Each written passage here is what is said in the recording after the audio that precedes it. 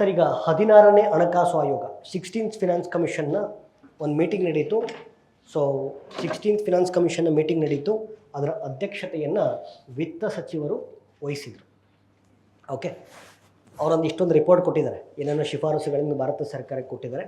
But ಆ ಶಿಫಾರಸುಗಳೇನು ಇಂಪಾರ್ಟೆಂಟಿನ, ತಲೆ ಕೆಡಿಸ್ಕೊಬೇಡಿ. 16ನೇ ಹಣಕಾಸು ಆಯೋಗ ಇತ್ತೀಚೆಗೆ ಹಣಕಾಸು ಸಚಿವಾಲಯಕ್ಕೆ ಒಂದಷ್ಟು ಶಿಫಾರಸುಗಳನ್ನು ಕೊಟ್ಟು, ಅಂಥ ಪ್ರಮುಖ ಶಿಫಾರಸುಗಳೇನು ಇಲ್ಲ ಅದರಲ್ಲಿ. ಬಟ್ ಅದನ್ನು ಎಕ್ಸಾಮಿಗೆ ಕೇಳೋದು ಇಲ್ಲ. ಬಟ್ ಫಿನಾನ್ಸ್ ಕಮಿಷನ್ ಕೇಳ್ತಾರೆ, ಆಯಿತಾ. ಸೊ ಹಣಕಾಸು ಆಯೋಗ ಈಗ ಯಾರಾದರೂ ಹಳೆ ಬ್ಯಾಚ್ ಅವರಿದ್ರೆ ನೀವು ಹೇಳ್ಬೋದು. ಓಕೆ, ಫಿನಾನ್ಸ್ ನಾನು ರಾಷ್ಟ್ರೀಯ ಸಂಸ್ಥೆಗಳನ್ನು ಯಾವ ರೀತಿ ಓದಬೇಕು ಅಂತ ಹೇಳಿದ್ದೀನಿ. ಓಕೆ, ಸೊ ರಾಷ್ಟ್ರೀಯ ಸಂಸ್ಥೆಗಳನ್ನು ಯಾವ ರೀತಿ ಓದಬೇಕು ಅಂತ ಹೇಳಿದ್ದೀನಿ already. Yes, so finance commission ಹಣಕಾಸು ಆಯೋಗ ಈಗ ಪ್ರೆಸೆಂಟ್ ಇರೋದು 16ನೇ ಹಣಕಾಸು ಆಯೋಗ. ಮಾತಾಡಬೇಡಿ ಸರ್ ಪ್ಲೀಸ್, ನಾನು ಸ್ವಲ್ಪ ಸ್ಪೀಡ್ ಇರ್ತೀನಿ. ಮತ್ತು ಲಾಸ್ಟ್ ವೀಕ್ ಕ್ಲಾಸ್ ಸ್ಕಿಪ್ ಆಗಿರೋದು ನಾನು ನಾಳೆ ತಗೊಂತೀನಿ. ಯಾರಿಗೂ ಬಲವಂತ ಇಲ್ಲ, ಯಾರಿಗೆ ಸೀರಿಯಸ್ನೆಸ್ ಇದೆ ಅವ್ರು ಬರಬಹುದು. Okay, yes. So 16th finance commission ಯಾರಾದರೂ ಗೊತ್ತಿರೋರು ಹೇಳಿ, ಬಟ್ ನೋಡ್ಕೊಂಡು ಹೇಳ್ಬಾರ್ದು. ಸೊ 16ನೇ ಹಣಕಾಸು ಆಯೋಗದ ಅಧ್ಯಕ್ಷತೆಯನ್ನು ಯಾರು ವಹಿಸಿದರು? Arvind Panagariya. Okay, chairperson of finance commission Arvind Panagariya. Okay, so finance ಕಮಿಷನ್ನು ಇದು ಸಾಂವಿಧಾನಿಕ ಸಂಸ್ಥೆನ, ಶಾಸನಬದ್ಧ ಸಂಸ್ಥೆನ, ಕಾನ್ಸ್ಟಿಟ್ಯೂಷನಲ್ ಬಾಡಿನ, ಸ್ಟ್ಯಾಚ್ಯುಟರಿ ಬಾಡಿನ? ಹಾಗಾದರೆ what is the difference between? ಕೈ ಎತ್ಬಿಟ್ಟು ಉತ್ತರ ಕೊಡಬೇಕು. ಕಾನ್ಸ್ಟಿಟ್ಯೂಷನಲ್ ಬಾಡಿಗೂ ಸ್ಟ್ಯಾಚ್ಯುಟರಿ ಬಾಡಿಗೂ ಡಿಫ್ರೆನ್ಸ್ ಏನು? ಕೈ ಎತ್ಬಿಟ್ಟು ಉತ್ತರ ಕೊಡಬೇಕು. ಶಾಸನಬದ್ಧ ಸಂಸ್ಥೆಗೂ ಸಾಂವಿಧಾನಿಕ ಸಂಸ್ಥೆಗೂ ಇರ್ತಕ್ಕಂಥ ವ್ಯತ್ಯಾಸ.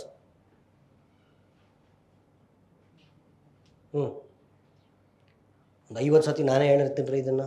ಹೇಳ್ರಿ ಫಾರೆಸ್ಟ್ ಮ್ಯಾಮ್. ಹಾಂ ಹಾಂ,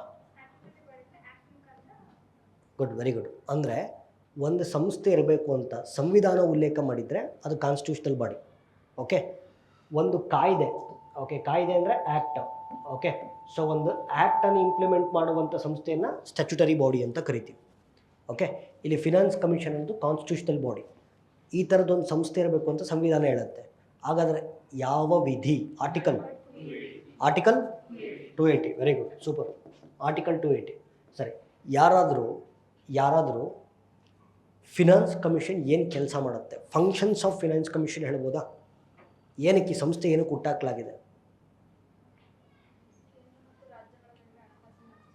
ಒಂದೇ ಕೆಲಸ ಮಾಡುತ್ತಾ? ಓಕೆ ಓಕೆ, ನೋಡಿ, ಇದು finance commission devolution of taxes ಬಗ್ಗೆ ಮಾತಾಡುತ್ತೆ, ಅಂದರೆ ತೆರಿಗೆ ಹಂಚಿಕೆ. ಓಕೆ, ತೆರಿಗೆ ಹಂಚಿಕೆ ಬಗ್ಗೆ ಮಾತಾಡುತ್ತೆ. ತೆರಿಗೆ ಹಂಚಿಕೆಯ ಕುರಿತಂತೆ ಸರ್ಕಾರಕ್ಕೆ ಶಿಫಾರಸುಗಳನ್ನು ಕೊಡ್ತಕ್ಕಂಥ ಆಯೋಗ ಹಣಕಾಸು ಆಯೋಗ. ಅದರಲ್ಲಿ ಏನೇನು ಹೇಳ್ತಾರೆ ಅಂತಂದರೆ, ಈಗ ಒಂದು ಟ್ಯಾಕ್ಸ್ ಕಲೆಕ್ಟ್ ಆಗುತ್ತೆ. ಓಕೆ, ಕೇಂದ್ರ ಸರ್ಕಾರ ಟ್ಯಾಕ್ಸ್ ಕಲೆಕ್ಟ್ ಮಾಡುತ್ತೆ, ಆಯಿತಾ.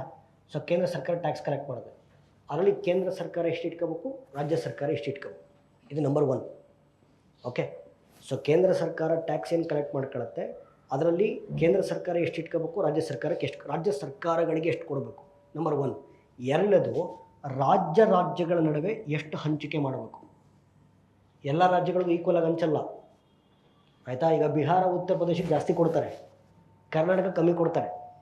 ಇದನ್ನು ಯಾರು, DK ಸುರೇಶ್ ಅವರು. ಓಕೆ, ಸೊ ಬೆಂಗಳೂರಿನ ಮಾಜಿ ಇದು MP ಅಲ್ವಾ. ಸೊ ಅವರು ಮಲತಾಯಿ ಧೋರಣೆ ಅಂತ ಕರೆದ್ರು. ಅಂದರೆ ಯಾಕೆ ಅಂದರೆ, ನಾವು ಕರ್ನಾಟಕದಿಂದ ಹೆಚ್ಚಿನ ತೆರಿಗೆಯನ್ನು ಕೇಂದ್ರ ಸರ್ಕಾರ ಕೊಡ್ತೀವಿ, ಬಟ್ ಆ ಕಡೆಯಿಂದ ಬರಬೇಕಾದ್ರೆ ಕಮ್ಮಿ ಬರುತ್ತೆ ಅಂತ. ಓಕೆ, ಬಟ್ ಅದು ಸ್ವಲ್ಪ ಕಾಂಟ್ರವರ್ಸಿ ಆಯಿತು. ಓಕೆ, ಸೊ ಯಾಕೆ ಕಾಂಟ್ರವರ್ಸಿ ಆಯಿತು ಅಂದರೆ, ಸ್ವಲ್ಪ ಕರ್ನಾಟಕನ ಸಪ್ರೇಟ್ ಕಂಟ್ರಿ ಮಾಡಬೇಕು ಅಂದ್ಬಿಟ್ರು.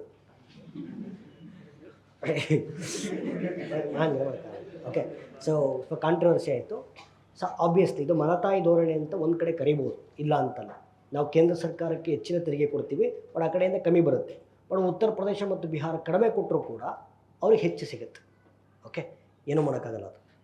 So based upon economic situation ಹಂಚಿಕೆ ಮಾಡ್ತಾರೆ. ಇವಾಗ ಕರ್ನಾಟಕದ ಒಟ್ಟು GDP ತಗೊಂಡ್ರೆ 80% GDP ಬರೋದು ಬೆಂಗಳೂರಿಂದ. ಸರ್, ಮತ್ತು ಆ ದುಡ್ಡು ತಗೊಂಡೋಗ್ಬಿಟ್ಟು ಉತ್ತರ ಕರ್ನಾಟಕಕ್ಕೆ ಯಾಕೆ ಕೊಡ್ತೀರಾ ಅಂತ ಕೇಳಿದ್ರೆ ಅರ್ಥನೇ ಇಲ್ಲ. ಸರ್, ಬೆಂಗಳೂರು ದುಡ್ಡನ್ನು ಬೆಂಗಳೂರಿಗೆ ಮಾತ್ರ ಇಟ್ಕೋಬೇಕು, ನೀವು ಬೀದರಿಗೆ ಕೊಡಬಾರ್ದು, ರಾಯಚೂರಿಗೆ ಕೊಡಬಾರ್ದು, ಎಲ್ಲಿ? ಬೀದರ್ದು ರಾಯಚೂರು GDP ತಗೊಂಡ್ರೆ ರೋಡ್ ಮಾಡೋಕ್ಕೂ ಆಗಲ್ಲ, so it's not like that.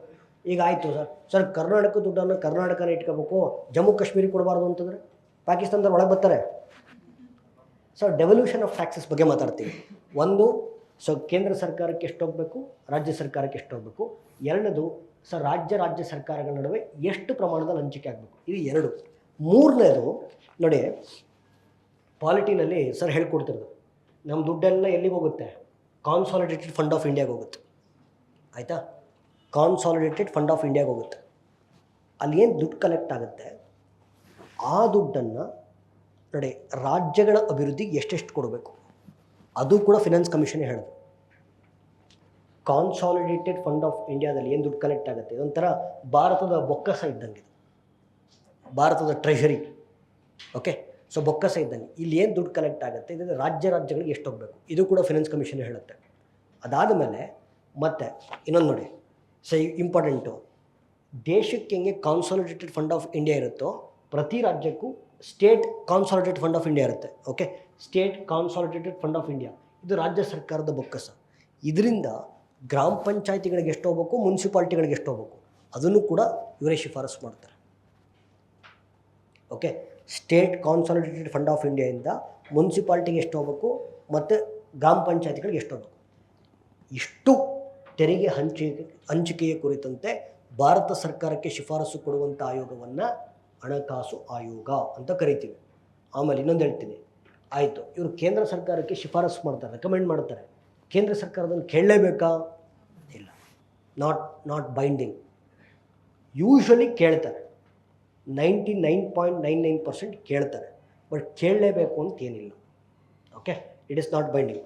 ಆಮೇಲೆ ಎಸ್, ಲಿಸನ್ ಇಯರ್, ಈಗ 16th ಫಿನಾನ್ಸ್ ಕಮಿಷನ್ ಏನಿದೆ ಅದರ ಅವಧಿ ಬಂದು ಎಲ್ಲಿಂದ ಎಲ್ಲಿವರೆಗೂ ಇರುತ್ತೆ, 2016ರಿಂದ 2031ವರೆಗೂ ಇರುತ್ತೆ.